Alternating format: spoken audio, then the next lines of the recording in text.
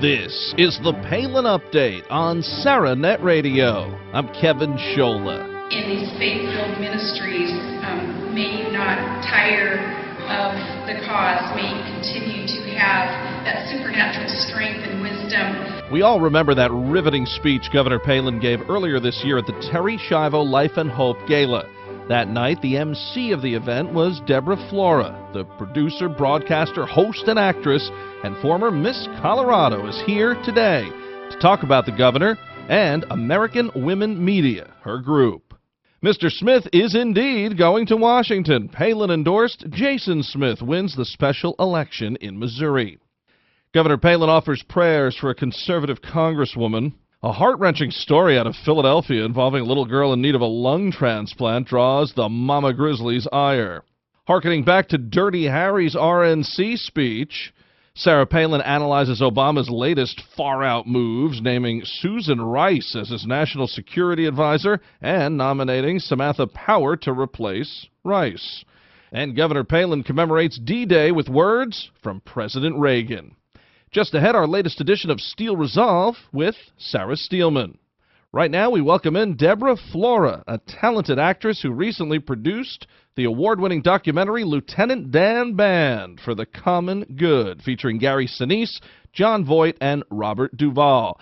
She was Miss Colorado and second runner-up to Miss America, and she continues to speak across the country. Along with Tamara Colbert, she is the co-founder of American Women Media. Deborah Flora, welcome to the Palin Update on SarahNet Radio. Thank you so much. It's great to be here, Kevin. I greatly appreciate it. First off, you did a tremendous job at the Terry Schiavo Gala, really capturing that inspiring message of life, and you were just so gracious and engaging with your words and your introduction of speakers.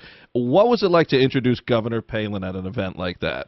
Oh, well, thank you, Kevin. Yes, it was an honor to be there, and I have to say, first of all, because the Schindler family is just amazing, and they really embody people who are willing to take tragedy and turn it into purpose, and Bobby Schindler and his mother, and my hat is just off to them. So we were honored to be asked to come and remember Terry's Day and the Standing Up for Life, and then introducing Governor Palin was a real treat, and I have to say, when we met her ahead of time, it was so indicative of who she is, because one of the first things she said is that she had read the program and the bio of everyone involved and had really done her homework. And she was so gracious. The first thing she said to me was, wow, you've lived an adventurous life. And I felt like that was really telling of her, of what she values, which is living a life that is full of passion. And so it was a treat. I was honored to introduce her, and especially because she really put so much above and beyond into this event, as she does with everything. It was a wonderful opportunity. You have a background in the pageant world, a former Miss Colorado, second runner-up to Miss America. As you know, Governor Palin had some pageant success, and yes. We had former Miss America, Angela Baracchio-Gray, here on the Palin Update a while back, and I asked her this, but I really think this message is important for young women who want to take that route. How does participating and competing in something like a pageant strengthen you? Well, that's a great question. I think it depends on the pageant. I mean, there's some that are more based on appearance, and there's some that are more based on a well-rounded young woman, which Miss America is. It's based on interview and talent and all of those sorts of things. And I think what is lost so much in our culture today is what competition itself actually does, because we've gotten into kind of this, what I call the bubble generation, where heaven forbid they should ever have to compete and learn if they're good or not good at something, or have that kind of challenge. And by the time I got to Miss America, I was around an amazing group of young women. I mean, the women that I was competing against, we were actually not competing against each other, but against ourselves to do our very best. And there were Rhodes Scholars, and my year, second runner-up is a very nice way of saying third. That's really what it is. But the woman who won went on to be a veterinarian doctor. The woman before me, that was Debbie Turner, Virginia Chaw, was a Rhodes Scholar, and then there was me. And these were amazing young women. And what I learned in that process was how to be my best self. I think in the right environment, it's great. There are a lot of pageants I'm not a believer in, especially for children. I think children should just be able to be children. But I think competition in and of itself is something that is a wonderful thing that has made our country great. And you learn what you're good at, you learn what you're not so good at, and that's a gift. Yeah, I like what you say about kids there, and not just in the pageant world. I mean, we see I coach Little League. I mean, you see this in Great. sports and stuff too. I mean, this is a vicarious living for a lot of people where, you got to understand some kids. Well, first of all, the pageant thing, you shouldn't be doing that at that young age with this, Absolutely. this, what's the Tiara show, whatever that's called, where they're all made up and whatnot. And then, as far as sports too, some kids, they're made for sports. Other ones, it's not their thing. And I'm a sports nut, but, if a kid doesn't want to do it, you can't be doing that. That's tough to watch sometime when you see parents like that. Absolutely. I completely agree with that. If you're, especially for young women where people objectify them so much and way too early in their lives. I was a tomboy growing up. I mean, I would go mountain climbing with my brothers. I wanted to be a wrestler because they were all wrestlers. I was far from all of that. And then it became later in my life that I realized there were some skills that I could learn.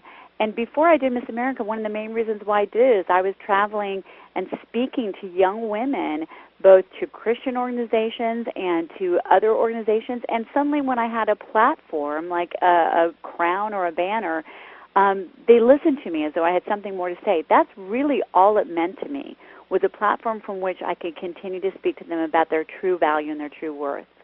But you know what? That's probably why you did well at it, because you were in it for the right reasons. I think we see this from Governor Palin from a political situation. She's in it because she loves this country and Absolutely. does things because they're right, not because they're going to be perceived by the media or whoever the powers may be want to, pick things apart.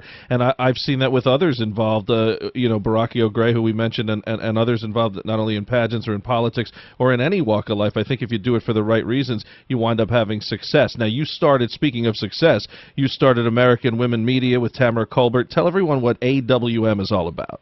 Absolutely. Well, we realized in the last several years that that old adage that you hear, the hand that rocks the cradle rules the world, is very true for a reason. Now, the difference is unlike, the old feminist guard, we appreciate and value men, and we think that they also have done so much for the greater good. But it is the women amongst us who really are the caretakers for our values, handing them on to the next generation, raising the children, all of that, as well as starting their own businesses.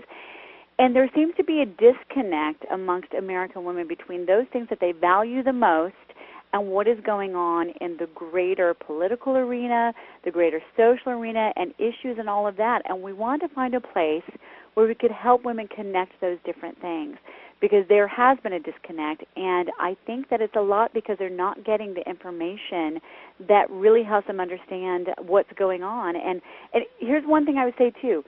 The majority of American women, no matter whether they're left or right, Democrat, Republican, they all have a sense that something in our system is not working. There's a great dis-ease, especially when they look at what's going on with their kids, their husbands, their businesses, their freedoms, and we just knew that it was the time to help them connect those dots, to see what they could actually do and how they could make their voices heard. And like you said, unlike the far left movement, men are involved in this too in your situation, which is good. And you don't believe everyone's exactly the same when it comes to men and women. Apparently, that's a very popular trait from the left right now. But I will say this: you look at political scandals. Okay, you're very hard pressed to find many women who are involved in many, hardcore scandals. Every time something comes up, whether it's a social situation or a financial situation, it's these men, and that's why a lot of times that's another thing I think Governor Palin has going for her. If she ever does, think of throwing her hat into the ring, it's always been a boys' club, and she's busted that up before. And I think there's some, positives of being a woman that she could use to her advantage. Absolutely. Well, I think you hit something on the head. The whole feminist movement. Now, here's the thing. My hat is off to those ladies who saw that there was somewhat of an injustice. There was a day when you would grow up as a woman and all you could hope to be was either a secretary or a nurse. Nothing wrong with those professions. But for those women who are naturally gifted to do something like run a company or something else like that, there was some kind of an inequality there. But there was a basic premise that was wrong, which is that we are exactly the same. And we are better together. I do not believe that women, to succeed, have to put men down. In fact, we harm ourselves and we harm the greater culture for that. Being in Hollywood, basically the MO when I would go out for an acting role would be I would be the together woman with the bumbling husband, and it would be my job to overcome. That is an archetype that has damaged our culture. Instead, you see real feminism as women who know that we have something to offer, but we value men, and we are better together. I'm raising a young man myself. I'm raising a young lady myself who are 8 and 9, and we want to show them that they are both wonderful and unique and have something to offer equally. And it's okay to say that we're different, but we're equally valued. And just getting to know you and Tamara, I know your heart's in the right place here. In other words, doing things for the right reasons, and you know that's a Palin trait. So often we see politicians or groups who do things that are seemingly for this good cause or this great idea, but really it's all about them. If they don't get the credit, then all of a sudden they're off the bandwagon. Not the case here. American women media is legit. Oh, thank you. Well, the key to leadership, and as you said, Sarah Palin has definitely displayed this. Leadership is being for an idea that is greater than oneself, not being for oneself. And when you are for that, when you're for a greater ideal, which the America that I love is not so much a landmass or a group of people. It is an idea. And when you are for that, as Sarah Palin is, as our military are fighting for it, as those who are coming alongside of this idea that is in our Constitution, then people follow. That is leadership.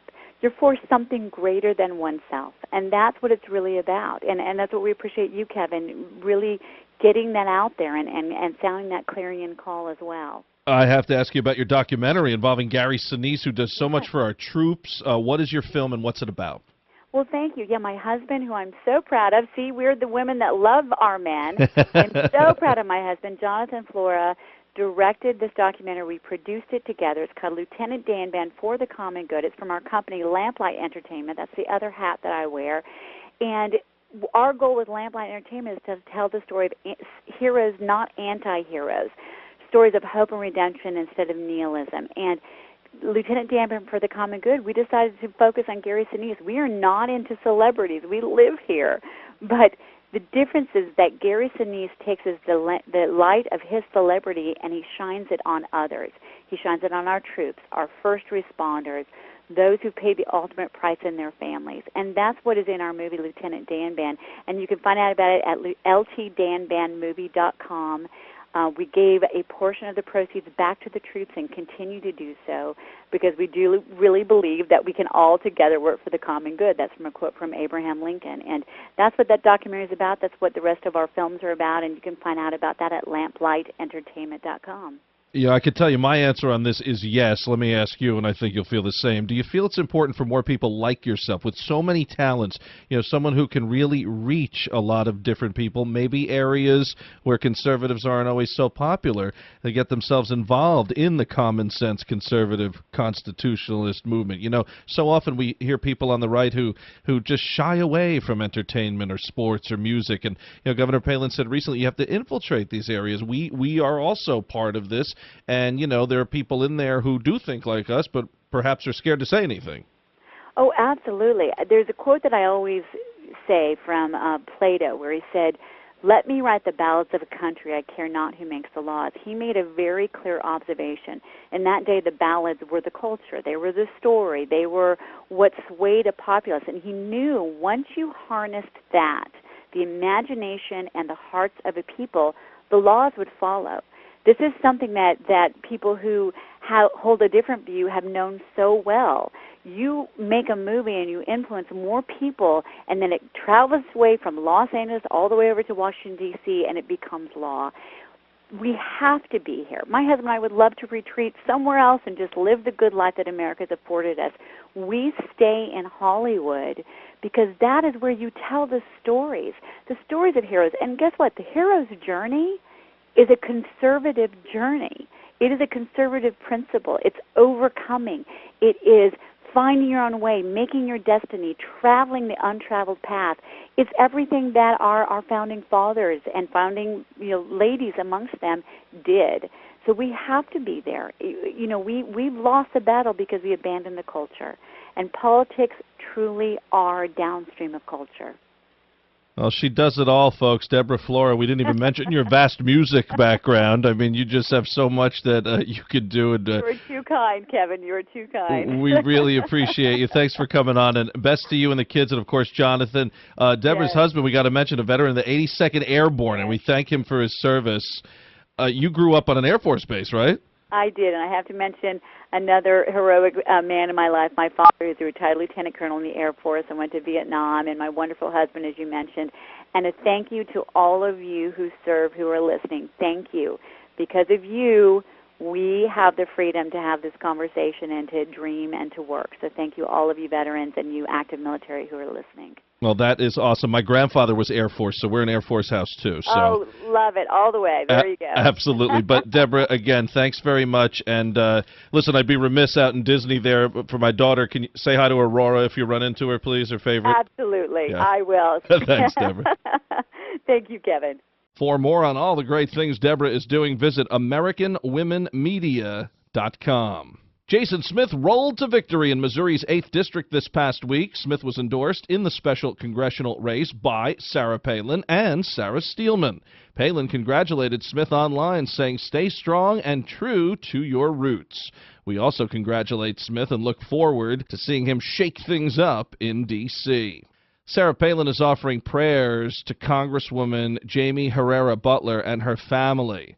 Butler has revealed that her unborn child has been diagnosed with Potter's syndrome. That's a condition which prevents a child's kidneys from developing properly and is typically fatal for a baby. We're praying for this well-respected pro-life representative as well.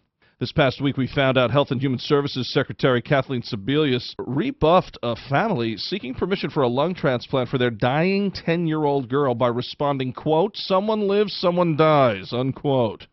Well, that story enraged many, including Sarah Palin, who said, quote, "The government will bend the rules left and right to harass targeted taxpayers, conservative patriots, selected journalists, etc., but it will strictly exercise inconsistent and subjective rules to deny a child a shot at life." And they called us liars when we spoke of death panels. Faceless bureaucrats coming between you and your doctor to make life and death decisions about a loved one's survival. It doesn't sound so far-fetched anymore, does it? Unquote. Later in the week, a judge ordered Sebelius to make an exception on the transplant. Sarah Palin posted a very telling cartoon this past week. It reads, "Obama claims ignorance."